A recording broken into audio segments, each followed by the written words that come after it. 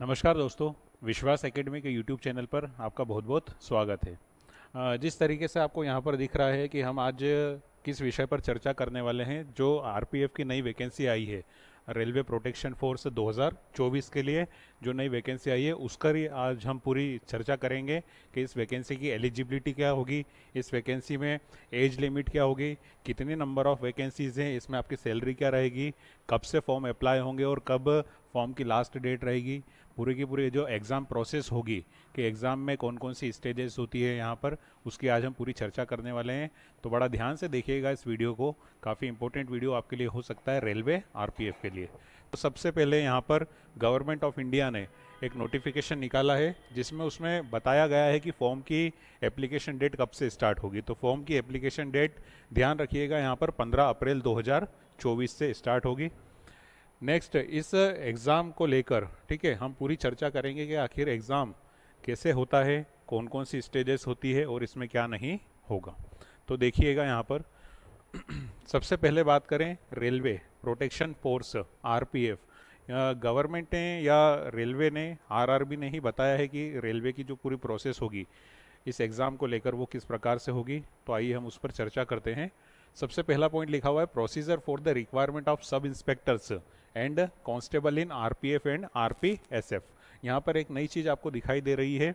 RPF का मतलब तो हम सब जानते हैं रेलवे प्रोटेक्शन फोर्स, बट एक और चीज़ आपको दिखाई दे रही है RPSF, railway protection security force. ठीक है, तो दोनों की ही वैकेंसी आएगी और दोनों में कांस्टेबल भी है और सब इंस्पेक्टर भी है। तो चर्चा करते हैं अपन यहाँ पर कि टोटल नंबर ऑफ वैकेंसीज वगैरह कितनी हैं। इसके बाद चर्चा करेंगे कि एग्ज़ाम का प्रोसेस क्या रहेगा। तो हम सबसे पहले अगर चर्चा करें यहाँ पर, तो सबसे पहले चर्चा करते हैं तो एज लिमिट। तो इस एग्ज़ाम के लिए जो आपकी एज लिमिट है, ठीक है, फॉर सब इंस्पेक्टर, तो सब इंस्पेक्टर के लिए ध्यान रखिएगा जो आपकी एज लिमिट है वो 20 साल से लेकर 28 साल तक है। और जो कांस्टेबल के लिए है, तो कांस्टेबल के लिए जो एज लिमिट आपका रहेगा वो 18 से 28 साल रहेगा। तो ये हमने जो चर्चा की है एज लिमिट की बात की, तो ध्यान से सुनिएगा। जो सब इंस्पेक्टर है उसकी एज लिमिट रहेगी आपकी 20 से लगाकर 28 साल, और जो कांस्टेबल है उसकी एज लिमिट रहेगी 18 से 28। नेक्स्ट पॉइंट की हम अगर चर्चा करें यहाँ पर, तो आपका एग्ज़ाम प्रोसेस क्या होने वाला है। तो जो एग्ज़ाम प्रोसेस बताया गया है उसमें सबसे पहले होगा आपका ये एग्ज़ाम प्रोसेस। तो सब इंस्पेक्टर की अगर बात करें, ठीक है, आरपीएफ में सब इंस्पेक्टर के लिए जो टोटल टाइम एग्ज़ाम का होगा वो होगा 90 मिनट्स का। कितने का? 90 मिनट्स का। तो आपका 90 मिनट का पूरा पेपर होगा, चाहे वो सब इंस्पेक्टर हो या कांस्टेबल हो। दोनों जो पेपर होंगे सब इंस्पेक्टर के और कांस्टेबल के, दोनों पेपर में नंबर ऑफ क्वेश्चंस कितने आएंगे? 120 क्वेश्चंस। यहाँ पर 3 सब्जेक्ट में पूरा आपका पेपर जो डिवाइड होगा, और जो 3 सब्जेक्ट हैं, सबसे पहला जो सब्जेक्ट रहेगा वो रहेगा जनरल अवेयरनेस। जनरल अवेयरनेस मतलब सामान्य जागरूकता, और सामान्य जागरूकता के कुल प्रश्न होंगे 50, ठीक है, जो कि 50 नंबर के होंगे, चाहे वो आपका कांस्टेबल का एग्ज़ाम हो चाहे सब इंस्पेक्टर का एग्ज़ाम हो। नेक्स्ट बात करें, यहाँ पर होगा मैथमेटिक्स यानी अर्थमेटिक, और अर्थमेटिक के टोटल नंबर ऑफ क्वेश्चन होंगे 35, कांस्टेबल और एसआई दोनों में। तीसरा जो सब्जेक्ट होगा वो होगा general intelligence and reasoning. General intelligence और रीजनिंग की बात करें तो यहाँ पर भी होंगे 35 क्वेश्चन और 35 मार्क्स के। तो टोटल जो है आपका पेपर होगा 120 नंबर का होगा। टोटल इसमें जो टाइम दे रखा है वो कितने मिनट का दे रखा है? 90 मिनट का। तो जब आप सीबीटी 1 मतलब सीबीटी 1 का एग्ज़ाम होने के बाद इसका रिजल्ट आएगा, और जब इसका रिजल्ट होने के बाद जो कैंडिडेट इसमें सिलेक्ट होंगे उन कैंडिडेट को बुलाया जाएगा फिजिकल टेस्ट के लिए। तो जब फिजिकल टेस्ट की हम चर्चा करें तो फिजिकल टेस्ट भी अलग अलग तरीके से होगा यहाँ पर।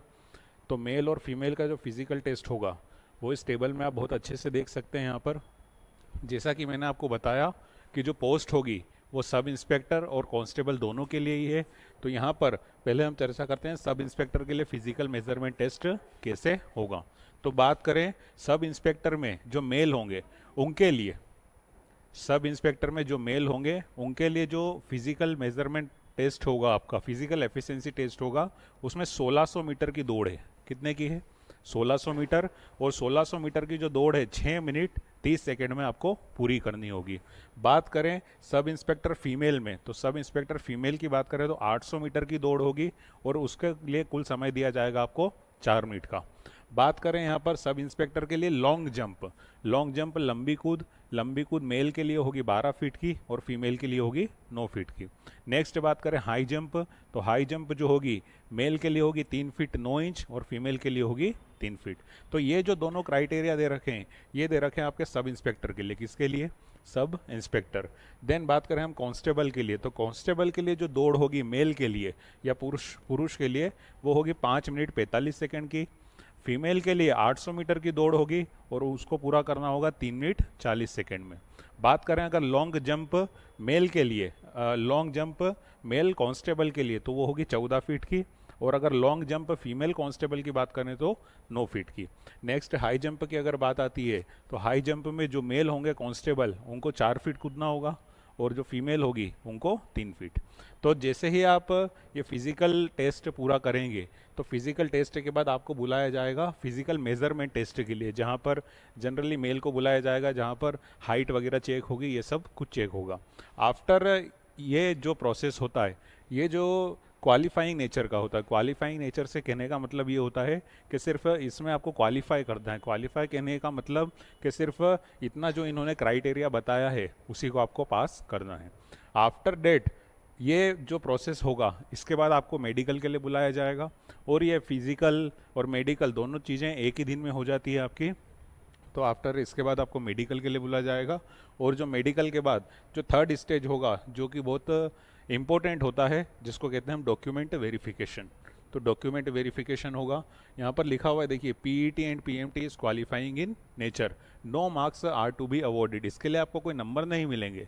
नंबर जो आपकी फाइनल मेरिट लिस्ट होगी, जो मेरिट लिस्ट तय होगी वो आपके सीबीटी पेपर 1 के द्वारा ही होगी। आपका जो 120 नंबर का स्टार्टिंग में पेपर था उसी से आपकी मेरिट लिस्ट बनेगी, और ये जो होगा फिजिकल टेस्ट ये सिर्फ आपके जो क्वालिफाइंग नेचर का होगा। नेक्स्ट हम चर्चा करते हैं कि यहाँ पर डॉक्यूमेंट वेरिफिकेशन, तो गवर्नमेंट ने सब बताया है कि ओबीसी के लिए किस टाइप का फॉर्मेट चाहिए डॉक्यूमेंट, क्योंकि आप देखते हैं कि जनरली सेंट्रल गवर्नमेंट और मध्य प्रदेश गवर्नमेंट का जो ओबीसी सर्टिफिकेट का जो फॉर्मेट है वो दोनों अलग अलग हैं। तो सेंट्रल की वैकेंसी है तो उसके लिए आपको ओबीसी सर्टिफिकेट किस टाइप का लगेगा, क्या है, ये सारा इन्होंने बताया है। नेक्स्ट हम थोड़े सिलेबस की यहाँ पर चर्चा कर लें कि जो आपका पेपर होता है उसके सिलेबस का क्या प्रोसेस रहता है या उसमें सिलेबस क्या है। तो जिस तरीके से मैंने आपको सब्जेक्ट बताया कि इसमें सब्जेक्ट कितने होंगे, 3 सब्जेक्ट होंगे। तो 3 सब्जेक्ट की बात करें, पहला सब्जेक्ट है जनरल अवेयरनेस।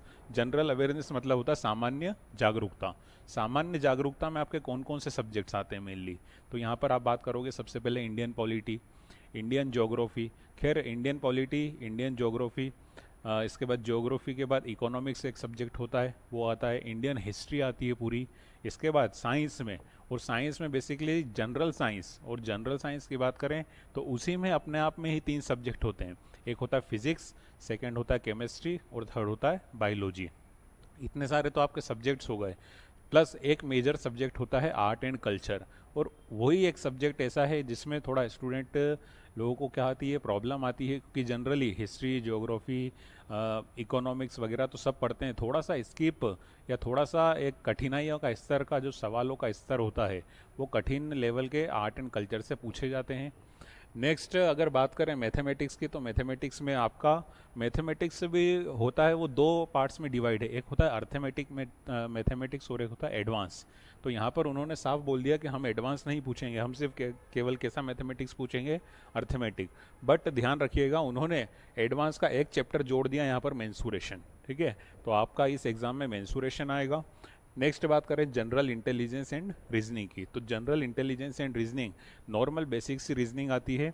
तो एक बात आप इसमें ज़रूर ध्यान रखिएगा कि मैथमेटिक्स और रीजनिंग में तो सब लोग मार्क्स ला भी सकते हैं और लाते भी हैं। सबसे मेन एक सब्जेक्ट हो जाता है जीके, क्योंकि आप जीके में के नंबर देख रहे हैं, टोटल नंबर यहाँ पर 50 नंबर का जीके आ रहा है, मतलब 50 क्वेश्चंस आ रहे हैं यहाँ पर।